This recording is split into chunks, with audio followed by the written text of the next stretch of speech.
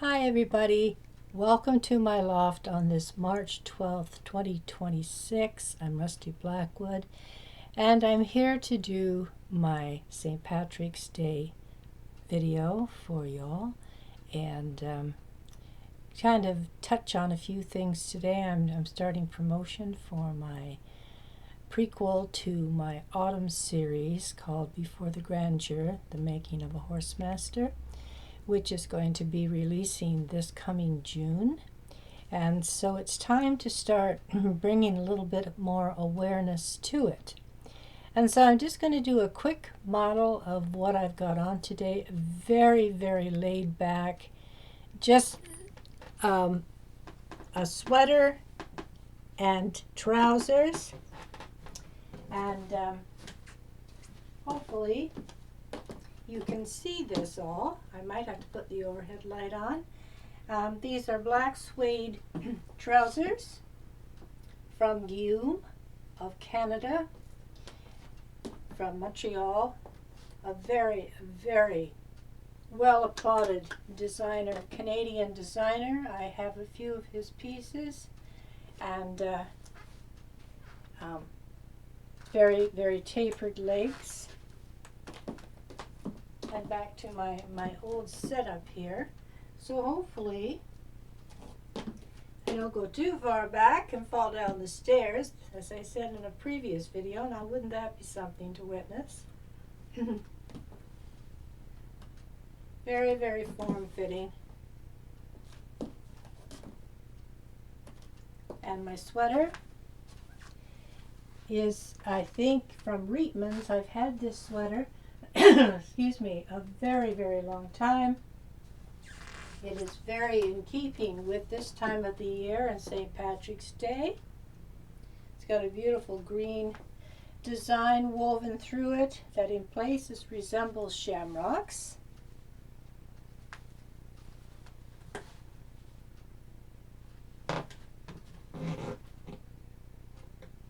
Very, very comfortable outfit. Not too warm, but warm enough, because March can be the month of many, many weathers. And today is very overcast and cool, so this is a nice sweater to be wearing today for this video. So I'm just going to pause it for a second and bring you over to my set, and we will begin our talk for today.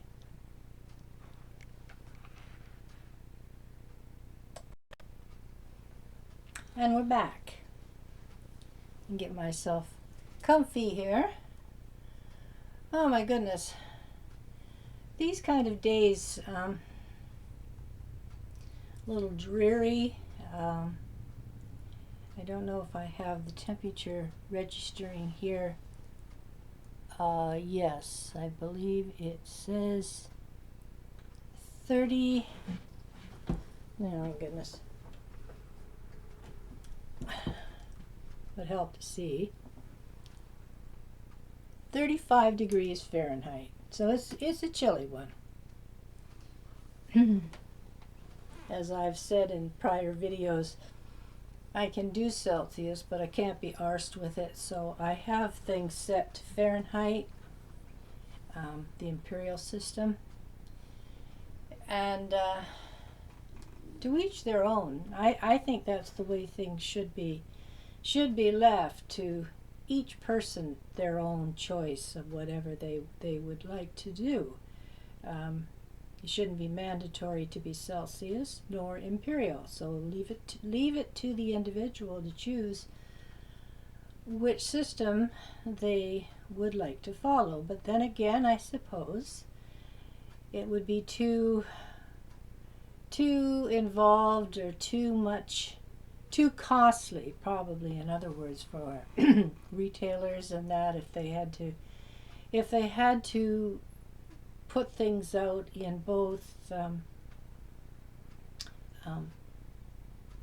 Fahrenheit, or I should say imperial system, or Celsius system. And I don't know, I suppose because I grew up with the imperial system, I'm comfortable with it, and whereas Celsius came in the, I believe, 1964, 65, somewhere in there. And Pierre Trudeau was Prime Minister here in Canada at that time. And he was the one that installed that system in Canada. I think he was, maybe his intentions were good. I don't know. He didn't really, as much as he's applauded in so many ways, in just as many other ways, he did damage to this country that has yet to ever be repaired.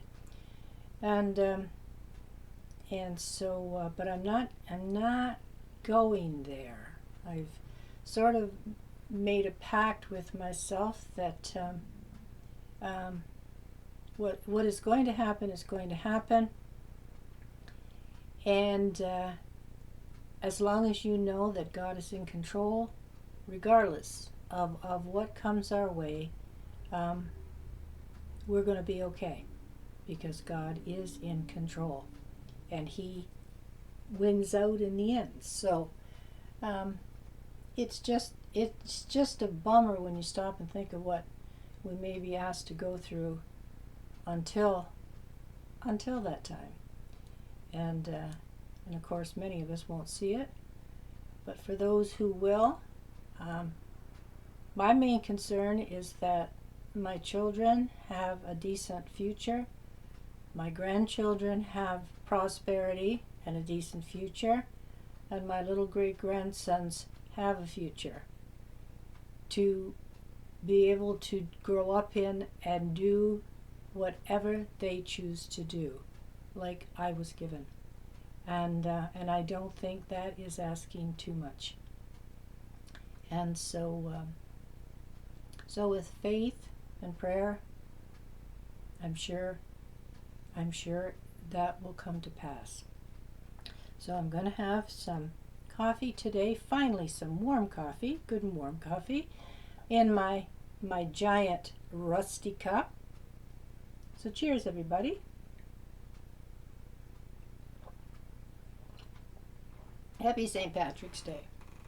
I will be airing this video on St. Patrick's Day, even though it's pre-taped. But when you got multiple things on the go, you sort of have to do what you can when you can, so that you have those bases covered. And so, as I said in my introduction, I am starting promotion for Before the Grandeur, the making of Horsemaster, which is the prequel to the Autumn series of books here, beginning with the Perils of Autumn, picks up again 4 years later in Return to Autumn Part 1, and finishes 2 years later here in Return to Autumn Part 2.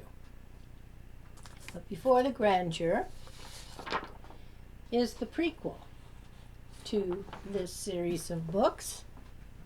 And here we go. I hope I can get it so that you can read it.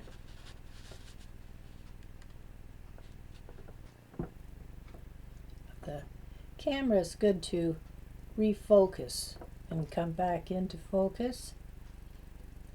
This is just like a rough draft. If I turn it too much, you're not going to see it. And this centers on Cyril.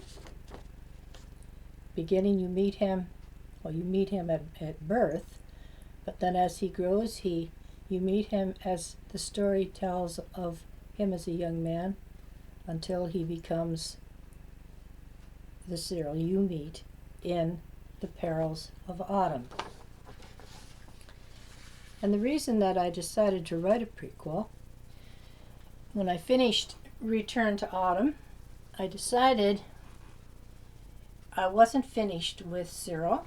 I think Cyril Landon is one of my very favorite characters that I've created, and I just adore him. I'm going to move you a little closer to me here. just keep my books in focus. And hopefully here. I'm always contending with this skylight. It's either too bright or not bright enough. And so that's the way I'm going to leave it today. Leave, as my father always used to say, you know, when you got things, you know, pretty good, leave well enough alone. So I will try to take Dad's advice here.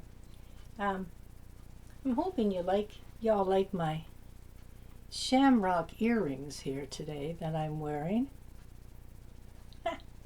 They're from Shein or Temu. I don't know exactly how to pronounce that. I think it's a subsidiary of Shein. I'm not sure, but they seem to be connected somehow.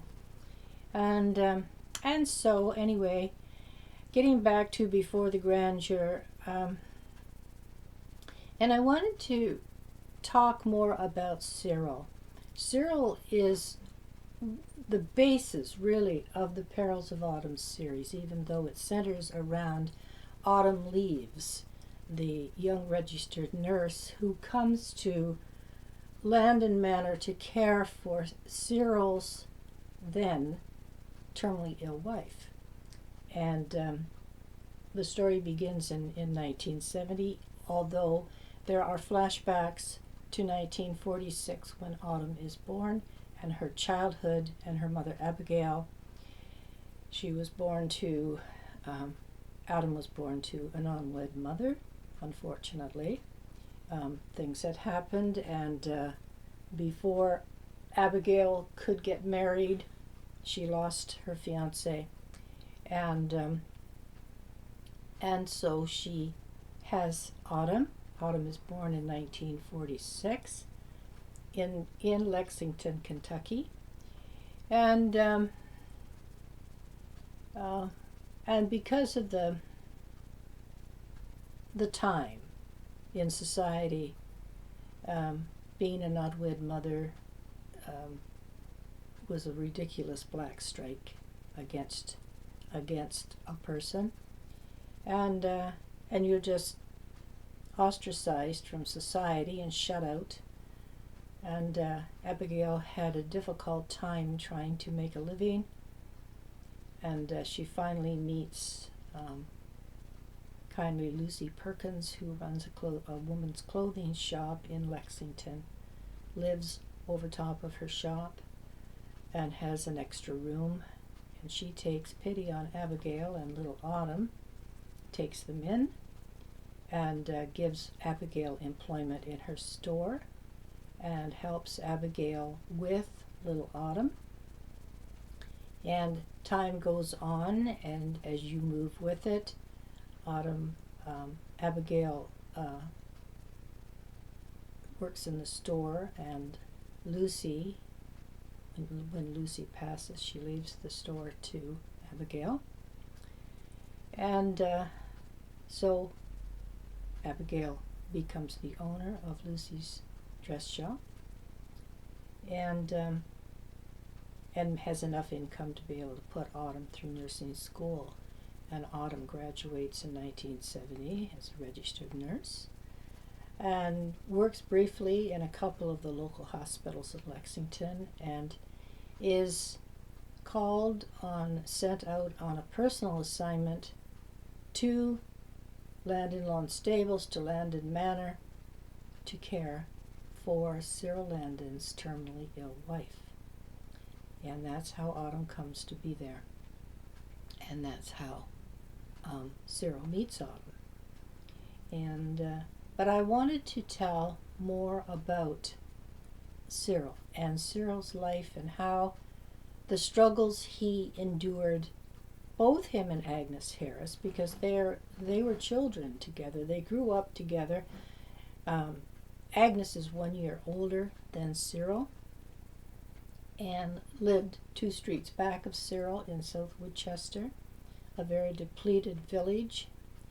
And this prequel begins just prior to World War I in England, and in the fictional village of South Woodchester.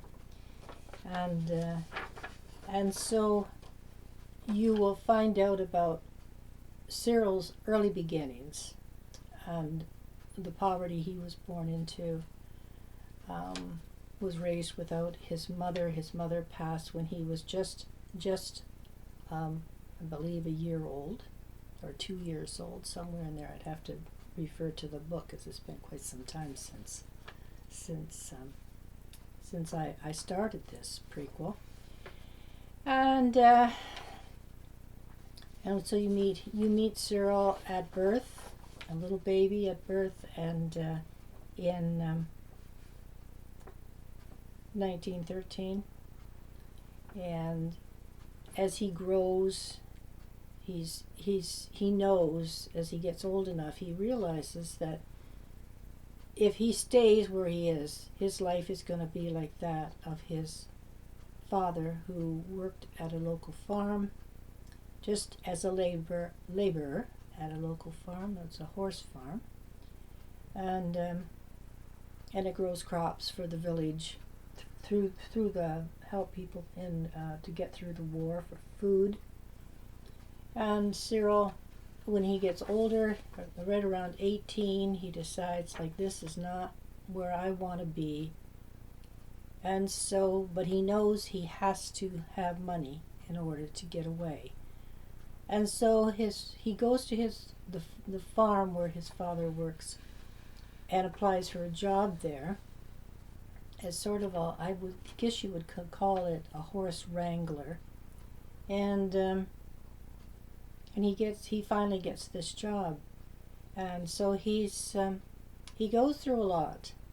And I don't want to give the story away because obviously he gets away and he comes to America, comes to New York City, has trials and tribulations on the way, and once he's there, and what he goes through until he finally gets to Lexington, outside of Lexington, to a fairly well-known stable at that time, Meadow Green, and gets a job working for Oliver Green.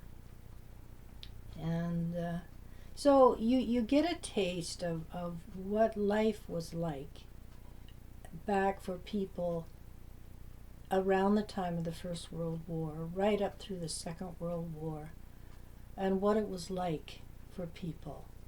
And I think those of us who were born after the war have no idea what it must have been like for those who had to live through that. I know I remember hearing my mother talk about what it was like because her two oldest brothers under her went to war, Second World War, and they each came back. But my mom said that the brothers that came back were certainly not the brothers that left.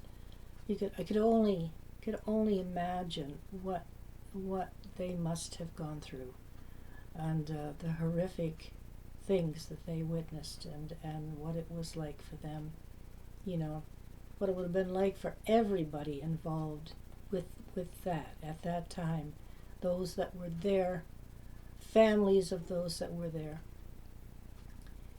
But here in Canada, I mean, the war was in England and Germany and Europe. It wasn't here, even though people worked here to support the war in factories making rubber and all these kind of things. And the rations were here, the same as they were over there. But the war itself was not here. And so I could only imagine my maternal grandmother, what life for her must have been like, because every time the phone rang, every time a knock came on the door, how her heart must have been in her throat, wondering, is this news of one of her sons? Bad news. But fortunately, that never happened, and they both came back.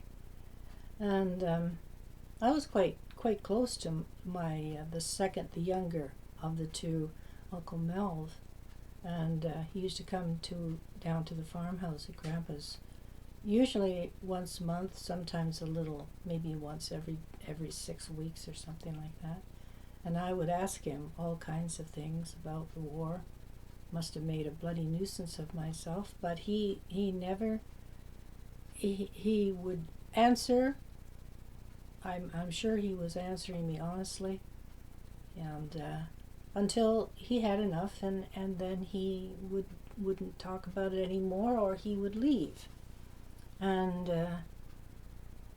then years later, after I was an adult and I was doing my residential care service, I had a German couple that I looked after, and he was a captain in the German army. And some of the things he told me, that we're not taught that here in school. We were only taught the British side and Canadian involvement in the United States, and was always made to think Germany, the German people were our enemy, but it wasn't the German people at all. It was the Nazis, and there is a big difference between the Nazis and a normal, everyday, God-fearing German citizen. And Bookie told me things and made me realize this. I know he said to me one time, he said, "I'm a German, and I'm proud to be a German." He said, "I'm a German. I'm not a Nazi." Big difference. They fought against the Nazis as well. It was obviously, of course, a little different for them. Because I remember asking him one time if he ever saw Hitler. And he said, "Oh yes, a couple of times." And he said we had no choice. The things he told me, they'd make your blood freeze, of how Hitler built his army and his power. And the poor people of Germany and Austria had no choice. You know, it was either do what they were told or die. And so when you're given a choice like that, what do you, especially for your family, what are you supposed to do?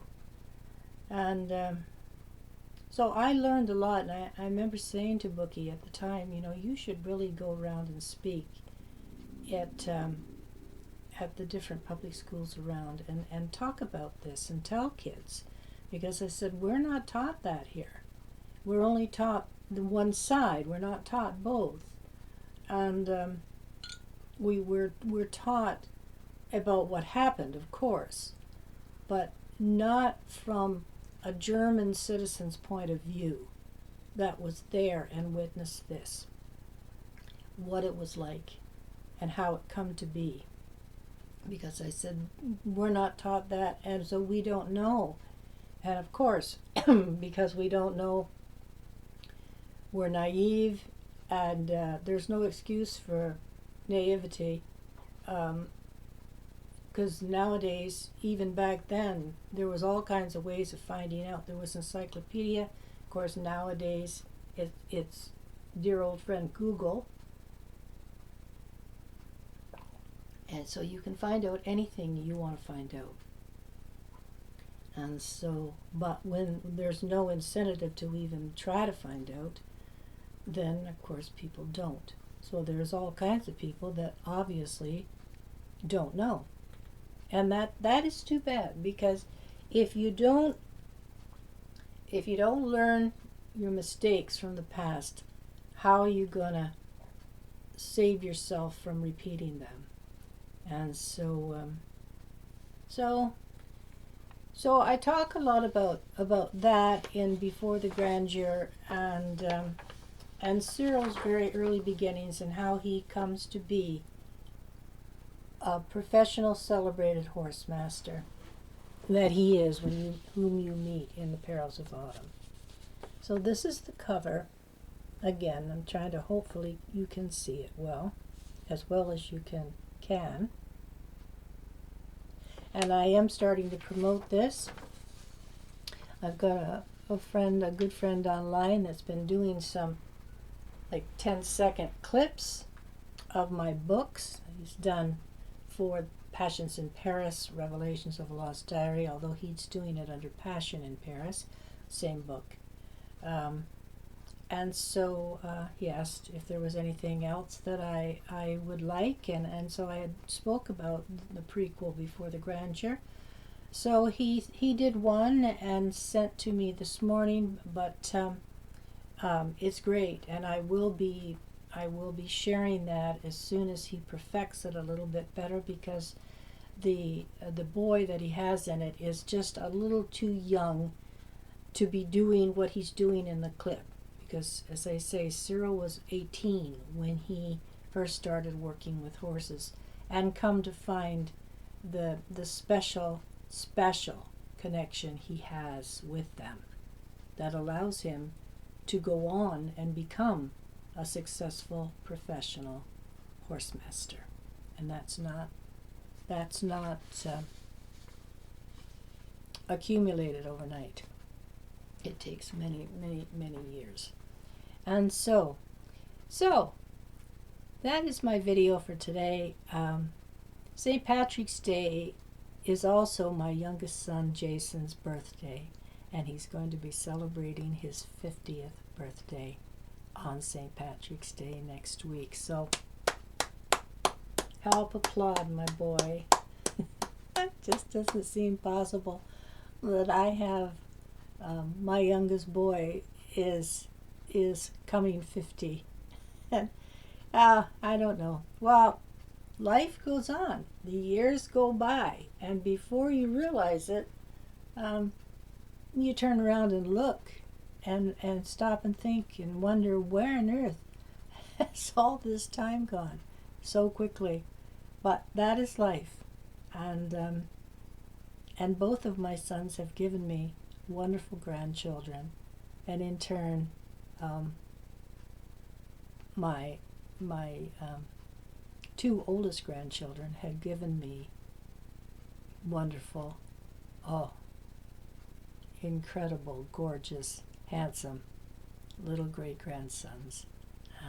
And there's a new one on the way, expected in June, and I don't know if it's a girl or a boy. We're hoping for a girl. Would be first granddaughter for my son Jamie and his wife Corinne, and it would be my very first great-granddaughter. So that would be fantastical, but we'll wait and see. I mean, they don't want to know whether it's a girl or a boy. They don't want to know the sex of the baby, and I think that's fine too, because that's all part of becoming a mother again, going through childbirth, and that it's the anticipation of what am I going to see? Am I going to have a daughter? Am I going to have a son? And so, but whichever it will be loved incredibly. And I just recently, my my niece Debbie, my brother's second oldest daughter, is a grandma again. Her son and his wife just had another little baby boy, Cole. So welcome, Cole. My brother would be over the moon. I know that I'm positive he's seeing it all. And so congratulations, Rick. And congratulations, Susie, Rick's wife. And so I must be on my way. So please, I ask you to like this video. Please comment it if you would. And say happy birthday to my son Jason. And congratulations to my niece Debbie and her husband Dick for their new grandson. And please share the video around if you would, and please subscribe to my channel here and help me to grow my numbers. And I thank all of those who have, and I welcome all who will. Don't forget to hit the notification bell when you subscribe so that you get notification whenever I put up a new video. So take care, everybody. Happy St. Patrick's Day. We're almost to spring. And from there, it just gets better. So take care, everybody. I wish God's incredible blessings to each one of you. And peace and love be with each of you. Be well, everybody. Till I see you again next time. Bye for now.